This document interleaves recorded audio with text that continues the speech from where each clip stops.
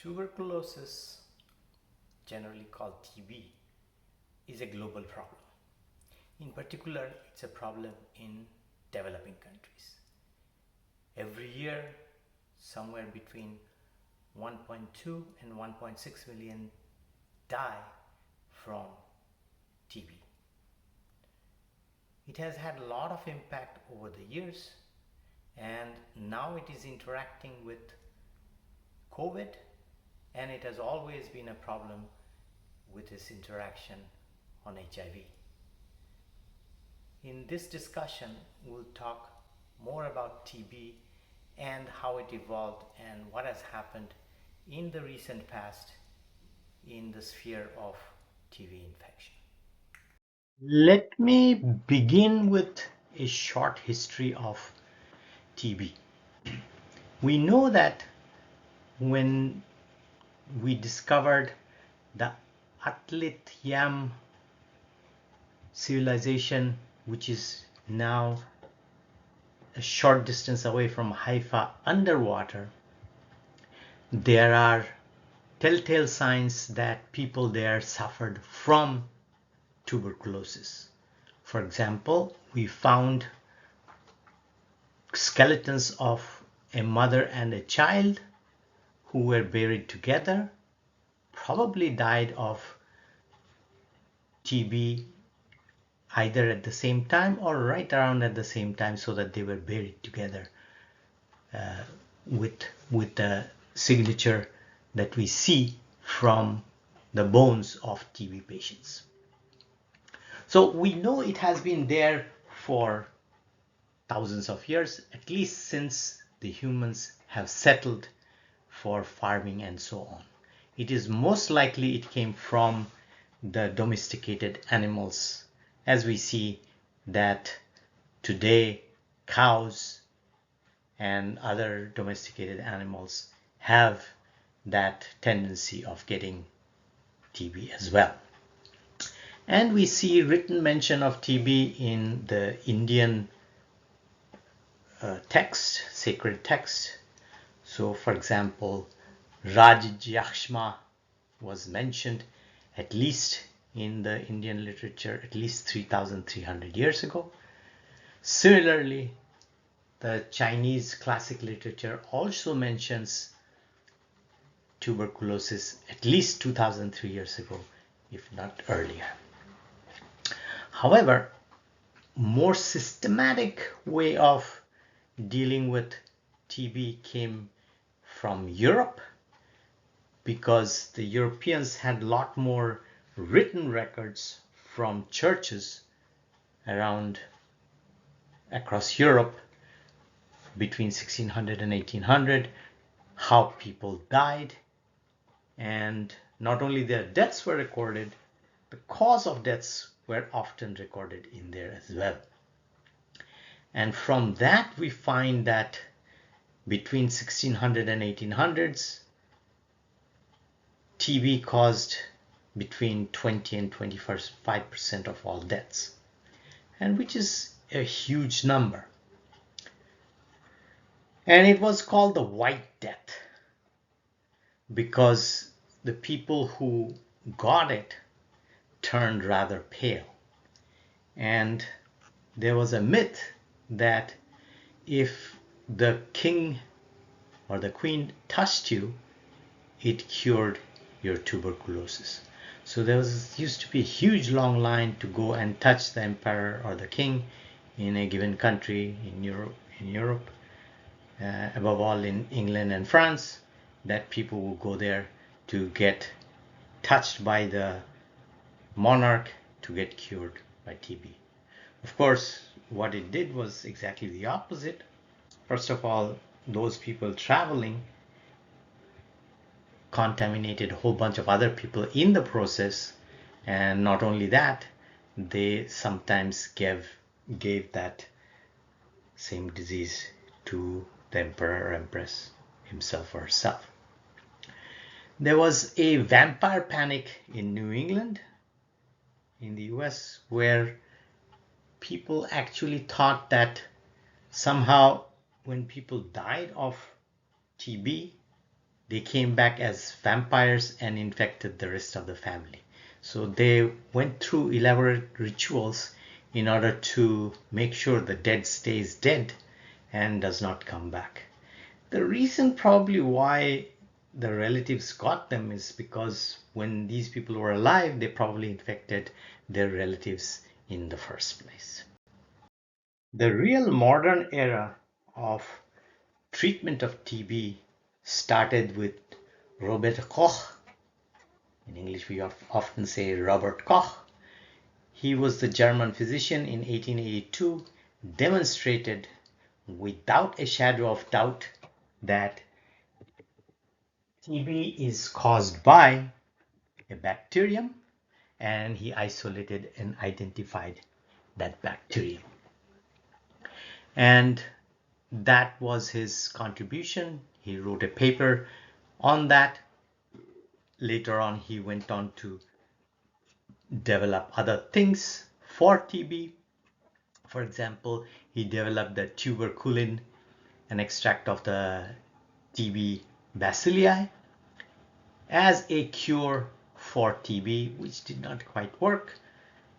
What did work was something that developed later along those lines.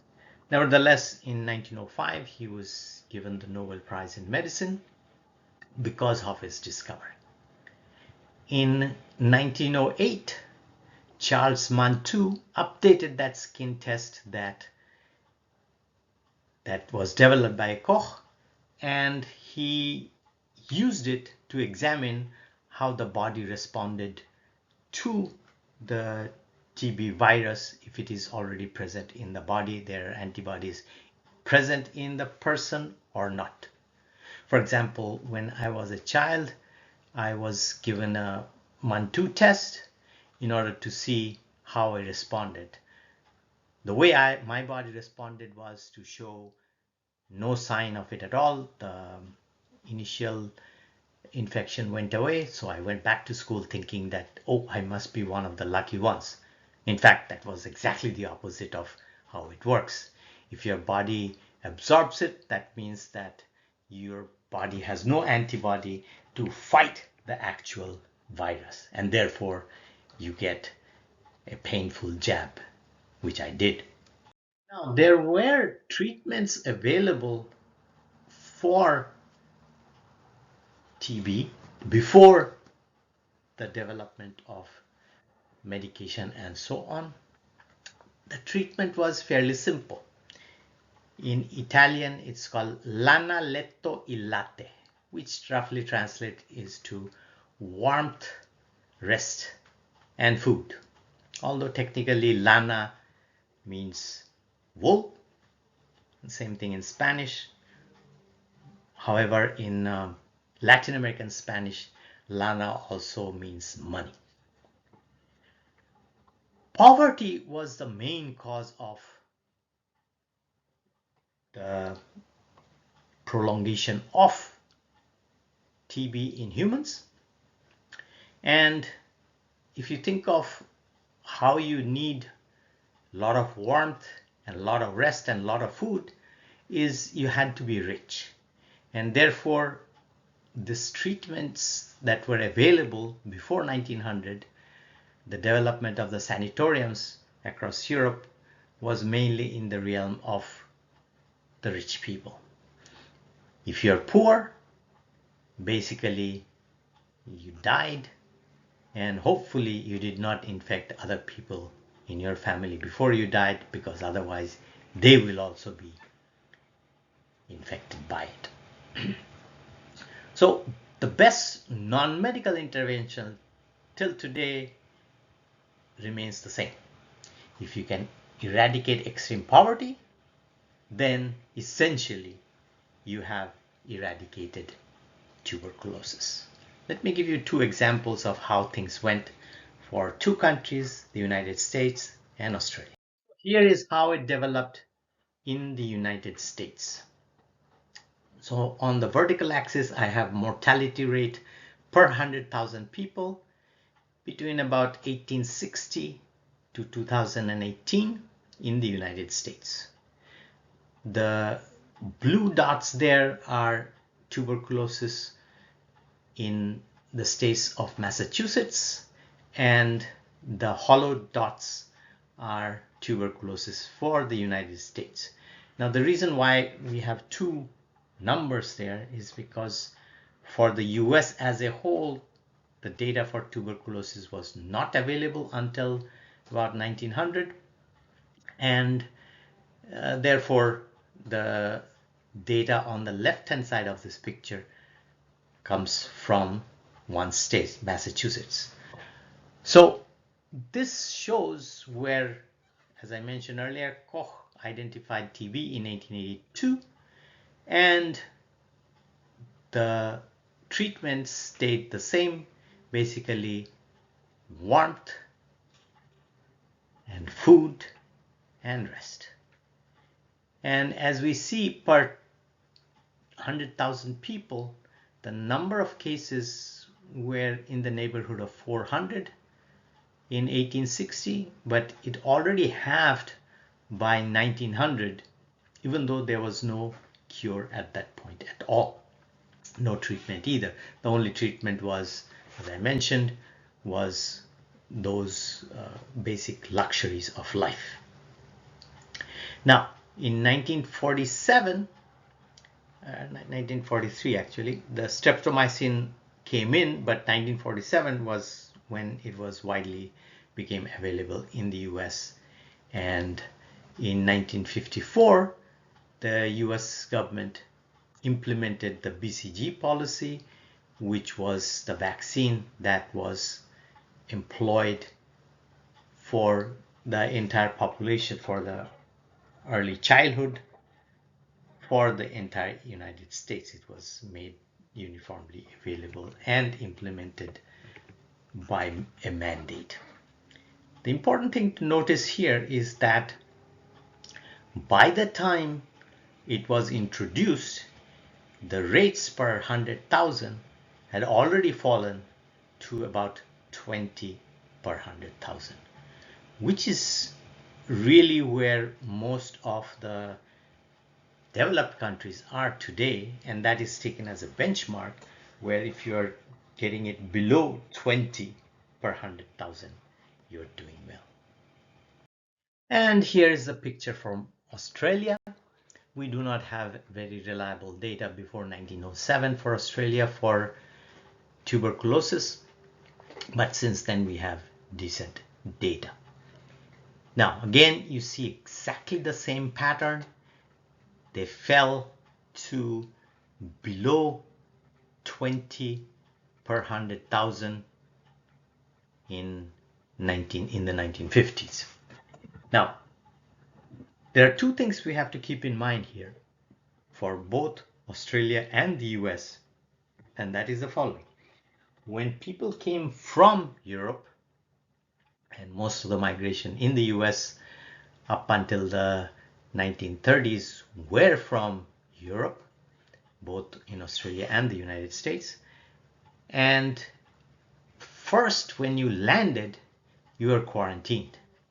And in the quarantine, they always followed with a thorough medical examination. And if the person in question happened to have tuberculosis found in the body, or the doctor suspected that you had tuberculosis, the first thing they did was to put that person in the boat going the other way and deported them. 100 years on, TB still remains a big killer on a global scale. If we look at how many people die every year, it is somewhere in the range of 1.5 to 1.6 million people. And what I have here in this table is how many people are getting newly infected in 2019 in each of these countries. Why do I pick these countries? Because these are the countries with the biggest number of infection. And as you can see, India clearly remains at the top of the chart in terms of absolute number. So these are absolute numbers. And if we look at on the third column there, the rates then we see that in other countries, there are several other countries which lie above India. For example, Indonesia has 316, the Philippines has 554 per 100,000 population, and so does South Africa. South Africa is a special story, we'll come back to that later.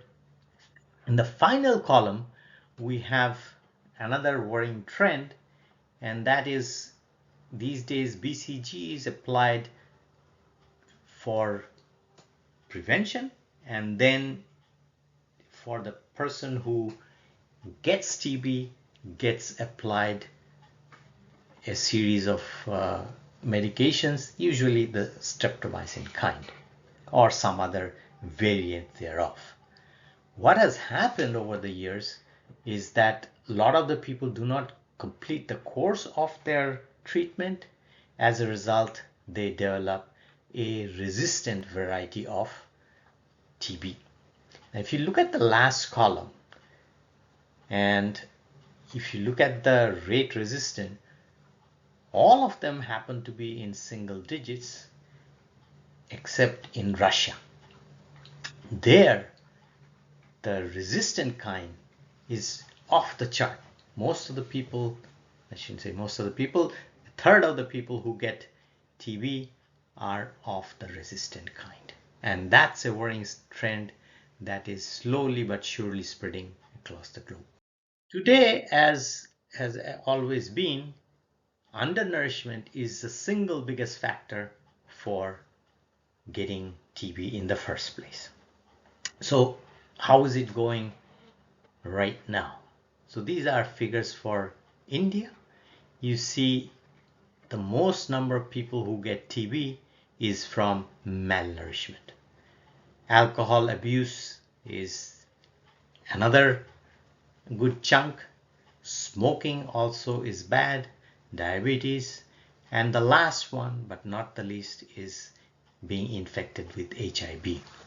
HIV also produces a lot of patients, in particular in various parts of Africa, who suffer from TB. We think about the single biggest factor, nutrition, that causes the TB to be affecting the body in the first place. Let's look at the experience of China. What China has done is to reduce the extreme poverty, which was in the neighborhood of 90 to 100% in 1978, down to zero in 2019. And that's a very impressive reduction in extreme poverty. As a consequence of that reduction in extreme poverty, China has also managed to reduce the incidence of TB per 100,000 population. So in 1990, it was 140 per 100,000. It's less than half of that in 2016. Again, reducing extreme poverty played a huge role in that reduction. Which brings us to the Indian case. What has happened with Indian extreme poverty in the past 2 decades? There has been a huge reduction in extreme poverty. By some estimates, it has been down to less than 5% of the population. Now, there is some controversy about whether those numbers are right or not, but one thing is very clear, that extreme poverty in India has been reduced dramatically in the past 2 decades. And surely enough, as a consequence of that reduction in extreme poverty, tuberculosis incidence in India has also come down from about 340 per 100,000 population to slightly over 200 per 100,000 population. See the Indian numbers in perspective. Let's compare India with 3 other countries: Botswana, Bangladesh, and Nepal. The reason why I included Bangladesh and Nepal is twofold. Both Bangladesh and Nepal are India's neighboring countries, and what we see when we look at the figures for Nepal over the same 2 decades, we see that the numbers in India is roughly the same as that of Nepal today.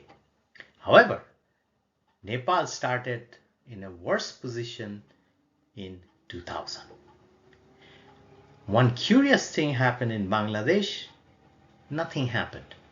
Namely, the TB incidence in 2000 was slightly over 200 per 100,000. Today, it stays pretty much the same. So essentially, India has caught up and overtaken in terms of TB incidence reduction compared with Bangladesh. However, one last interesting picture is that red line over there that represents Botswana. Look at what it was in Botswana in 2000. There were 900 cases per 100,000 population. It was one of the worst affected countries in the world. Yet, over a period of 2 decades, they have managed to bring that number down to the same level as India, Bangladesh, and Nepal. I mentioned HIV/AIDS earlier. HIV/AIDS also weakens the immune system, somewhat analogous to the weakening that we see in TB. However, HIV is caused by a virus, whereas TB is caused by a bacteria.